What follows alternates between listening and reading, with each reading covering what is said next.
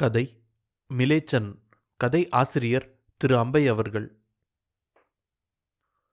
ஊரின் ஒதுக்குப்புறத்தில் பிறரின் தொடல்களுக்கு அருகதையற்ற கீழ்ஜாதி ஆத்மாவாய் தன்னை உணர்ந்தான் சாம்பு. அந்த இடத்தில், அந்த சமயத்தில் அவனை சுற்றிலும் பேச்சு நடந்து கொண்டிருந்தது. அவன் பங்கேற்காததை பற்றி கவலைப்படாத பேச்சு. அவன் அங்கே இருந்த நாற்காலிகளில் ஒன்றாக இருந்திருக்கலாம். சவிதா அவளுக்கும் அவள் பெற்றோர்களுக்கும் இடையே உள்ள அபிப்பிராய பேதங்களை பற்றி பேசிக் கொண்டிருந்தாள். காலை சிற்றுண்டியின் பொழுது, அவர்களுக்கு நான் பெரிய பிஸ்னஸ் எக்ஸிக்யூட்டிவை கல்யாணம் செய்து கொள்ள வேண்டும் என்ற ஆசை. எனக்கு அப்படி இல்லை. அறிவுபூர்வமாக நான் ஒருவனை விரும்ப வேண்டும். அவனுக்கு மற்றவர்களின் துன்பங்களில் பங்கேற்க துடிப்பு இருக்க வேண்டும். அவனுக்கு ஏனோ அவன் தங்கை இந்துவின் நினைவு வந்தது. சவிதா, உனக்கு தேர்ந்தெடுக்க உரிமை இருக்கிறது. உன் அப்பா பெரிய வர்த்தகர். ஓர் அறிவு ஜீவியை நாடக்கூட உன் போன்றவர்களுக்குத்தான் உரிமை. ஆனால் இந்து, அவள் காலையில் எழுந்து அம்மாவிடம் 1000 திட்டுக்கள் கேட்டவாறே இயங்கி, அவளே கஞ்சி போட்ட புடவை ஒன்றை உடுத்தி, குட்டி டிஃபன் பாக்ஸில் மத்தியானத்துக்கு வேண்டியதை எடுத்துக்கொண்டு பஸ் பிடிக்க ஓடுவாள். பஸ்ஸில் இடம் விடும் முதல் ஆள் அவள் கவனத்தை கவர்ந்து விடுவான். புன்சிரிப்பு பூக்கும். அவள் மனம் குளிர ஓர் ஆண் முகம் போதும். தர்க்கரீதியாக இயங்குவதில்லை அவள் மனம். அவள் வெறும் உணர்ச்சிகளின் கலவை. தியாகம், பாசம், தூய்மை, தேசபக்தி, அன்பு, காதல் போன்ற சொற்கள் அவள் மனத்தின் தந்திகளை மீட்டுபவை. அவளிடம் கல்யாணத்தை பற்றி பேசி ஒருவனை தேர்ந்தெடுக்கச் சொன்னால் அவள் மிரண்டு விடுவாள். காலம் காலமாய் அவள் வகுப்பை சேர்ந்தவர்களுக்கு இருந்து பழக்கமில்லாத உரிமை அது. அவள் காதலித்தாலும் சினிமா கூட்டி போக, புடவைகள் வாங்கித்தர, அடிக்காமல் அன்பு செலுத்த அப்பாவிடம் வாங்கிய பெல்ட் அடிகளின் எதிரொலி. ஒருவனைத்தான் காதலிப்பாள். கல்யாணம் செய்து கொண்டு பிள்ளைகள் பெற்று சினிமா பார்க்கும் திருப்தியிலும் பண்டிகைகள் கொண்டாடும் பக்தியிலும் வாழ்க்கையை செலவழித்து விடுவாள். தனக்கு நிராகரிக்கப்பட்டது எது என்பதை அவள் அறியமாட்டாள். அந்த மட்டும் திருப்தி. அவள் அதை உணரும் பொழுதுதான் சிக்கல்கள். மதராசி இன்று ரொம்ப யோசிக்கிறார் என்று ஆங்கிலத்தில் கூறிவிட்டு சிரித்தாள் சவிதா. புன்னகை செய்தான் சாம்பு. ஒரு கொள்கைக்கு கட்டுப்பட்ட அறிவுஜீவியை பற்றி என்ன நினைக்கிறாய் சாம்பு என்று கேட்டாள் ஆங்கிலத்தில். நான் கூட ஒரு கொள்கைக்கு கட்டுப்பட்ட அறிவுஜீவிதான். என்னை பற்றி என்ன நினைக்கிறாய் என்றான் பதிலுக்கு. அவள் கடகடவென்று சிரித்தாள். நல்ல ஜோக் என்றாள். ஏன் என்றான். உன் கொள்கை என்ன என்றாள் உதடுகளை மடக்கி சிரித்தபடி. உன்னை போன்ற ஒரு அறிவு ஜீவியை மணப்பதுதான் என்றான் பட்டென்று. அவள் திடுக்கிடவில்லை. ஒரு நாளில் 10 முறைகளாவது இவளை மணக்க விரும்புவது பற்றி தெரிவிக்கும் ஆண்கள் அவள் தோழிகள். சாம்பு சொன்னதுதான் அவளை வியப்பில் அழுத்தியது. குடித்திருக்கிறாயா இத்தனை காலையிலேயே என்றாள். சாம்பு மேஜையை விட்டு எழுந்தான். சென்னை வீதிகளில் உலவும் மனிதர்களை வெறுத்து மூச்சு முட்டும் அதன் கருத்துக்களை பகிஷ்கரித்து அவன் டில்லியை வந்தடைந்தான். ஒரு நாள் விடிய காலை எம்ஏ பரீட்சை முடிந்த நிம்மதியில் நடக்க அவன் கிளம்பினான் சென்னையில். கோலம் போட்டவாறே அவனை ஊடுருவி நோக்கும் சந்தியா. காதலை அவள் நம்புகிறாள். மடப்பெண். வயதுக்கு வந்துவிட்ட தன் பேத்தியை மனதில் இருத்தி அவனை நோக்கும் எதிர்வீட்டு தாத்தா. யுகம் யுகமாய் சிகரெட் கடன் தந்த பெட்டிக்கடை நாயர். தெரு ஓரத்தில் எந்த கூச்சமும் இல்லாமல் எல்லாராலும் அங்கீகரிக்கப்பட்ட மண்ணில் புரண்டு சேற்றில் உழைந்து பக்கெட் பக்கெட்டாய் மூத்தரம் கொட்டும் எருமை மாடுகள். வளைந்து குறுகி பின் அகன்றும் மீண்டும் சுருங்கி கொண்ட கோலங்கள் பூண்ட அந்த வீதி. எல்லாமே அந்த விடிகாலை வேளையில் ஓர் அந்நிய கோலம் பூண்டன. திடீரென்று பெருங்கரம் ஒன்று அவனை தூக்கி அங்கே கொண்டு வந்து நிறுத்தியது போல தோன்றியது. அவன் சாம்புமூர்த்தி அல்ல. கள்ளிக்கோட்டையில் வந்திறங்கிய வாஸ்கோடகாமா போல் ஒரு மிலேச்சனின் கண்களோடு அந்த வீதியை நோட்டமிட்டான். அவனுக்கு மூச்சு முட்டியது. அவனுக்குரிய இடமில்லை அது என்று தோன்றியது. பாராக்கம்பாத் தெரு மரங்களின் நிழலில், இந்தியா கேட்டின் பரந்த புல்லில் PhD பட்டத்துக்கு படிக்கும் அறிவு ஜீவிகளின் சிந்தனையில் தன்னை கலந்து கொள்ள அவன் முயன்றான். ஹலோ சாம்பு, இன்னைக்கு வர இல்லையா? மணி கேட்டான். எங்கே? இன்னைக்கு ஸ்ட்ரைக். கேம்பஸுக்கு போகணும். எதுக்காக ஸ்ட்ரைக்? விலைவாசி வசந்தத்துக்கு எதிர்ப்பு தெரிவிக்க. அரிசி என்ன விலை விற்கிறதுன்னு தெரியுமா உனக்கு? டேய், பீர் விலை வசந்தா தானேடா உனக்கு வரைக்கும். இதோ பாரு, உன்னோட பேச எனக்கு நேரம் இல்லை. நான் பிஸியாக இருக்கேன். வர்றையா இல்லையா? வரேன். விலைவாசியை இறக்கு. இந்திரா ஒழிக. மாதாஜி முதர்பாத். Down with black marketeers and hoarders. சாம்புவை பாரு, என்ன ஆக்ரோஷமாய் கத்துறான். இந்த மாதிரி சந்தர்ப்பங்கள்ல தான் ஒருத்தனோட அடங்கி கிடக்கிற மூர்க்கத்தனம் வெளியே வருது. கூட்டத்தில் அவன் ஒருத்தன் ஆயிட்டான் இல்லையா? சாம்பு பக்கத்தில் வந்தான். காலையில் என்ன சாப்பிட்டாய்? என்ன விளையாடுறியா? சொல்லு. முட்டை, டோஸ்ட், ஜாம், காஃபி, வாழைப்பழம். பைத்தம்பருப்பு கஞ்சின்னு கேள்விப்பட்டிருக்கியா? ஏன்? அதுதான் எங்க வீட்ல காத்தால சாப்பிட. மிராண்டா ஹவுஸில் படிக்கிறாளே உன் தங்க, கெரசின் கியூனா என்ன, அதுல நிக்கிற அனுபவம் எப்படின்னு தெரியுமா அவளுக்கு? நீ சொல்றது தப்பு சம்பு. ஒரு விஷயத்தை பத்தி என் எதிர்ப்பை தெரிவிக்க கஷ்டப்படுறவன நான் பார்த்து அதை புரிஞ்சுண்டா போதும். நானே அதை அனுபவிக்க வேண்டிய அவசியம் இல்லை. கேன்சர் ஆபரேஷன் செய்கிற டாக்டர் அதோட கொடுமையை பார்த்து புரிஞ்சுண்டா போதும். அவனுக்கே கேன்சர் வர வேண்டிய அவசியம் இல்லை.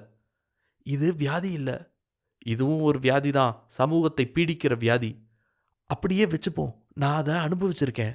என் சின்ன தம்பிக்கு தூங்குறப்போ கதை சொல்றச்சே, அதுதான் ராமராஜ்யம். ஒரே பாலும் தேனும் ஓடும், ரத்தனங்கள் வீட்டில் இறஞ்சு கிடக்கும். அப்படியெல்லாம் சொன்னால் ராமராஜ்யத்தில் கெரசின் நிறையா கிடைக்குமோ அப்படின்னு அவன் கேள்வி கேட்குறப்போ எந்த பின்னணியிலிருந்து அது பிறந்ததுன்னு எனக்கு புரிகிறது.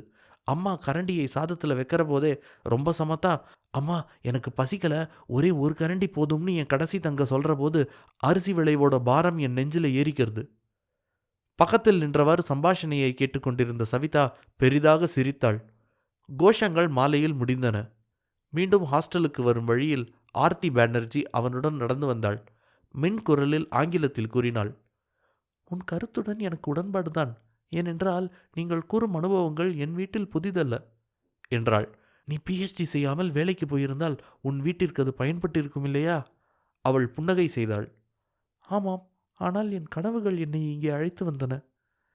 எந்த மாதிரி கனவுகள்? 3 வருடங்களில் பிஹெச்டி முடித்து விடலாம். பின்பு பெரிய வேலை. ஒருவேளை என் வாழ்க்கை சிக்கல்களை தீர்த்து வைக்க ஒரு பணக்கார கணவன் கூட கிடைக்கலாம். நிஜத்தில் நடந்தது வேறு. பிஹெச்டியின் முடிவில் கூடிய வயதும் மனம் பிடிக்காத வேலையும் நித்திய கன்னிப்பட்டமும் தான் எஞ்சும் போல இருக்கின்றன. உன் மனசுக்கு பிடித்த யாரும் இங்கு இல்லையா? அவள் அவனை திரும்பி பார்த்து சிரித்தாள். பட்டென்று சொன்னாள், என்னிடம் உள்ள மொத்த புடவைகள் 5. புரியவில்லை.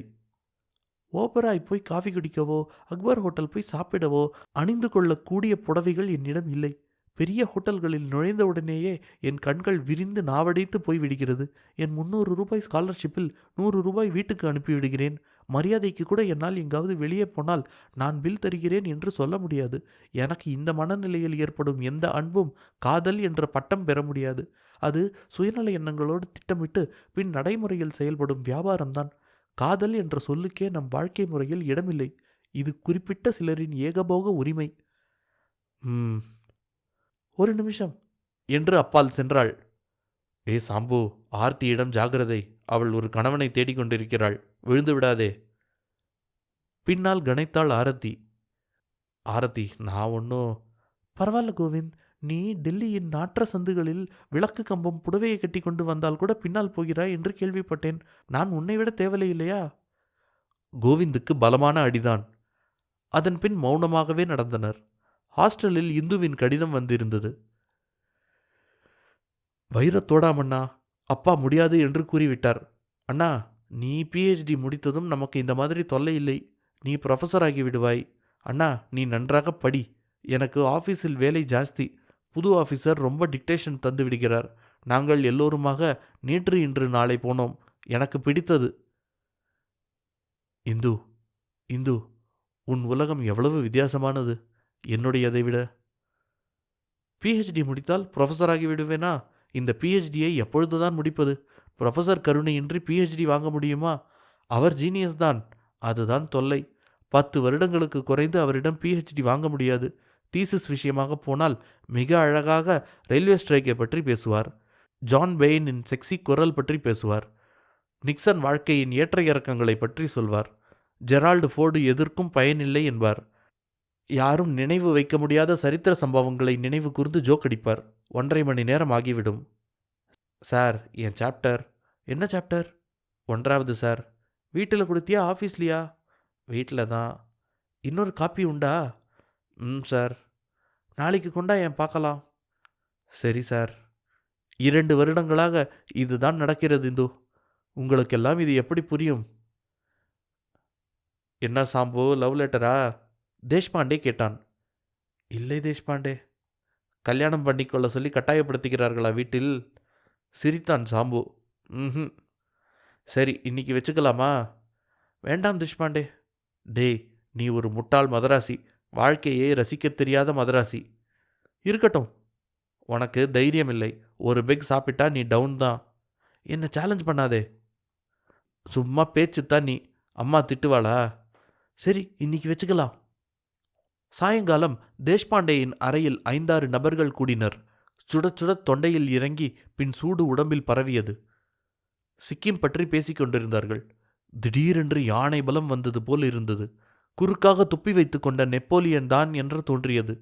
பிரஷ் மீசை வைத்து ஹிட்லராக மாறி யூதர்களை கூட்டம் கூட்டமாக அழிப்பது போல் தோன்றியது. வேஷ்டி சட்டையுடன் அண்ணாதுரை ஒரு கூட்டத்தில் பேசுவது போல் தோன்றியது. சிவாஜி கணேசன் முகம் கொண்ட ராஜராஜ சோழன் தான் என்று மார்த்தட்டி கொள்ள அவா எழுந்தது. இழைய முடியாத டில்லி சூழ்நிலை. டைப் அடித்து அடித்து விரல்களை சொடுக்கிக் கொள்ளும் இந்து, பாத்திரத்தின் அடியில் இருக்கும் சாதத்தை கரண்டியில் சுரண்டல் ஒளி இல்லாமல் எடுக்கும் அம்மா, எல்லாம் மறைந்து அவனே பூதாகரமாய் ரூபமெடுத்து அத்தனையையும் அடித்து கொண்டு மேலெழுந்து வருவது போல் உணர்வு தோன்றியது. சிக்கிமை ஆக்கிரமிக்க வேண்டும் என்று உரக்கச் சொன்னான். ஏ சாம்பு, என்ன ஏறிடுத்தோ நன்னா? மணி கேட்டான். சேச்ச, அதெல்லாம் இல்லை. ஜாகிரதை, ஒரேடியா குடிக்காதே, மெல்ல மெல்ல. நான்சென்ஸ், நான் சரியாத்தான் இருக்கேன். சவிதா வரலையா? சவிதா இங்கெங்கடா வருவா? ஏன் வரக்கூடாது? நான் தான் அவ தேடுற துடிப்புள்ள இளைஞன். நான் நடுத்தர குடும்பம்னா அவ என்னை லவ் பண்ணக்கூடாதா? நான் ஒரு துடிப்புள்ள இளைஞன். சிக்கிம் பற்றிய பேச்சு நின்றது. சாம்பு பேசிக்கொண்டே போனான். சவிதாவை எனக்கு பிடிக்கிறது. ஆனா இந்த உலகமே வேற. அரசியல், ஆராய்ச்சி, வெளிநாட்டு தொடர்பு பற்றிய பேச்சு அக்கறை இல்லாத உலகம் இது. தேஷ்பாண்டே, இங்கே ஓட்ட போட்டுண்டு வந்த எலி நான். இங்கே இருக்கிற யார் மாதிரியும் நான் இல்லை. நான் ஒரு துரத்தப்படும் எலி. பூனைகள் உலகத்தில் அகப்பட்டுண்ட எலி. சவிதாவை நெருங்க முடியாத எலி. என் தங்கை இந்து இருக்கிற உலகத்திலேயும் நான் இல்லை. கோலம், கோபுரம், புடவை, சினிமா, கற்பு, கணவன், அம்மா, அப்பா, இவர்கள் எல்லோருக்கும் நான் அந்நியமா போய்விட்டேன். ஓ, எங்கே என்று எழுந்து கால்களை உதறி அறை முழுவதும் தேடி ஓடினான். ஹே, எதைத்தான் தேடுகிறாய்? என் வேர்கள், என் வேர்கள் என்று ஆங்கிலத்தில் கூறி அழுதான் சாம்பு. திடீரென்று எழுந்து எனக்கு எங்கேயும் இடமில்லை என்று கூறி ஓட ஆரம்பித்தவன் முறித்து கொண்டு கீழே விழுந்தான். அறை முழுவதும் வாந்தி எடுத்த நெடி. தேஷ்பாண்டே, இதெல்லாம் ஓன் தப்பு. Whole evening kill spoiled. ஏய், இவன் முழிக்க மாட்டேன் என்கிறானே. முகமெல்லாம் வெளுத்து விட்டது. குட் லார்ட், டாக்ஸி கொண்டு வா. வெல்லிங்டன் ஹாஸ்பிட்டலுக்கு ஓடலாம். கண்ணை விழித்தபோது தேஷ்பாண்டேயின் முகம் தெரிந்தது. I am sorry. It's okay. எத்தனை பெக் குடித்தாய்? 9. ஜீசஸ், எனக்கு அத்தனையும் தேவைப்பட்டது தேஷ்பாண்டே. தேஷ்பாண்டே, நான் இந்த இடத்துல இருக்க வேண்டியவன் இல்லை. 7 வருஷம் PhD பண்ண என்னால் முடியாது. என் தங்கை கல்யாணமாகாமல் தவித்து விடுவாள். என் அம்மா உருக்குலைந்து போய்விடுவாள். அறிவு ஜீவியாவது கூட எனக்கு ஒரு ஆடம்பரமான விவகாரம்தான். அங்கேயும் நான் ஒரு அந்நியன்தான். ஆனாலும் அங்கே நான் தேவைப்படுறேன். Take rest சாம்போ. தலை திருப்பிய பொழுது ஆரத்தி வருவது தெரிந்தது. தேஷ்பாண்டே எழுந்தான். ஆரத்தியை பார்த்து மரியாதைக்கு புன்னகை செய்துவிட்டு போனான்.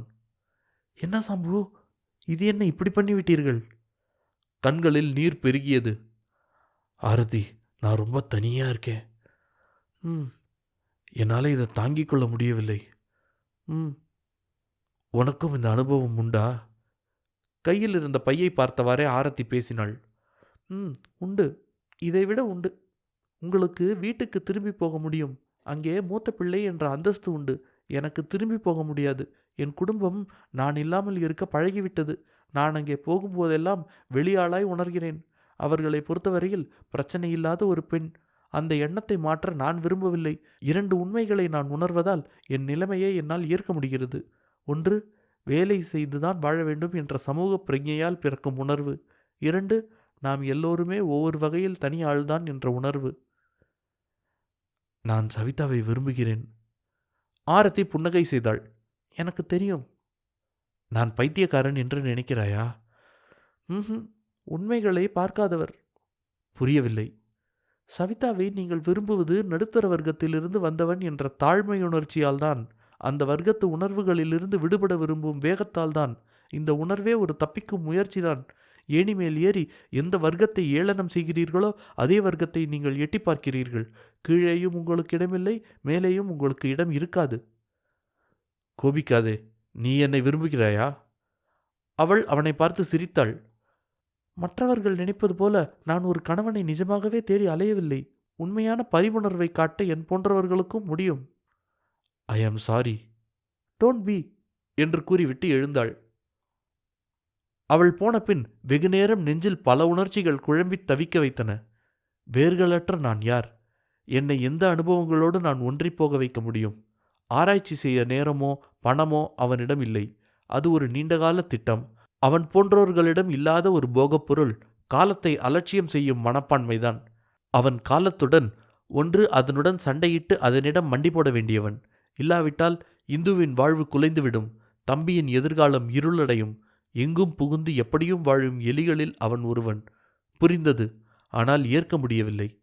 குப்பை தொட்டியின் மேல் மல்லாக்கப்படுத்து இறந்து காக்கை தன் வயிற்றை குத்தி சதையை பிடுங்கும் எலியாய் தன்னை உணர்ந்தான். அவன் வித்தியாசமாக எதையும் செய்ய முடியாது. அவனுக்கு நிராகரிக்கப்பட்ட உரிமை அது. அவன் எதிர்வீட்டு சந்தியாவை மணக்கலாம். அவளுடன் நல்ல கணவனாக படுக்கலாம். அவள் மேல் ஆதிக்கம் செலுத்தலாம். குழந்தைகள் பெற்றுக்கொள்ளலாம். பணம் இல்லாமல் தவிக்கலாம். ரிட்டையர் ஆகலாம். இறக்கலாம். குப்பை தொட்டி மேல் செத்த எலி போல. இதுவே அவனுக்கு விதிக்கப்பட்ட வரம்புகள். வரம்புகள், வரம்புகள், வரம்புகள். ஆஸ்பத்திரியின் கட்டிலில் அதன் மேல் அவன் கோபாலையரின் மகன் சாம்பமூர்த்தி. அவனே அவனுக்கு அந்நியமானவனாகப்பட்டான். அவன் திரும்பி போவான். கோலங்களின் ஓரமாக எருமைகளைத் தாண்டி அந்த தெருவில் நடப்பான். ஆனால் அதுவல்ல அவன் இடம். அந்த தெருவின் மண். அதன் மீது பஸ். பிடிக்க ஓடும் இந்து. சைக்கிளில் போகும் அப்பா. புத்தகப் பையுடன் போகும் தம்பி. எல்லோரும் எலிகள். பொந்து போட ஓடும் எலிகள். வரம்புகளை கட்டிக்கொண்டு அதனுள் ஓடும் எலிகள். பல்லாயிரக்கணக்கான எலிகள் மாறுபட்ட அவனை கோரை பற்களால் சுரண்டி வாள்களால் அவனை தாக்கி அவன் மேல் ஆக்கிரமிப்பது போல் அவன் உணர்ந்தான். திடீரென்று கோடிக்கணக்கான பூனைகள் எலிபோல் தோன்றிய அவனை நகங்களால் கீறி வாய்க்குள் அடைத்துக் கொள்வதைப் போல் தோன்றியது. சாம்பு வீறிட்டான். முற்றும்.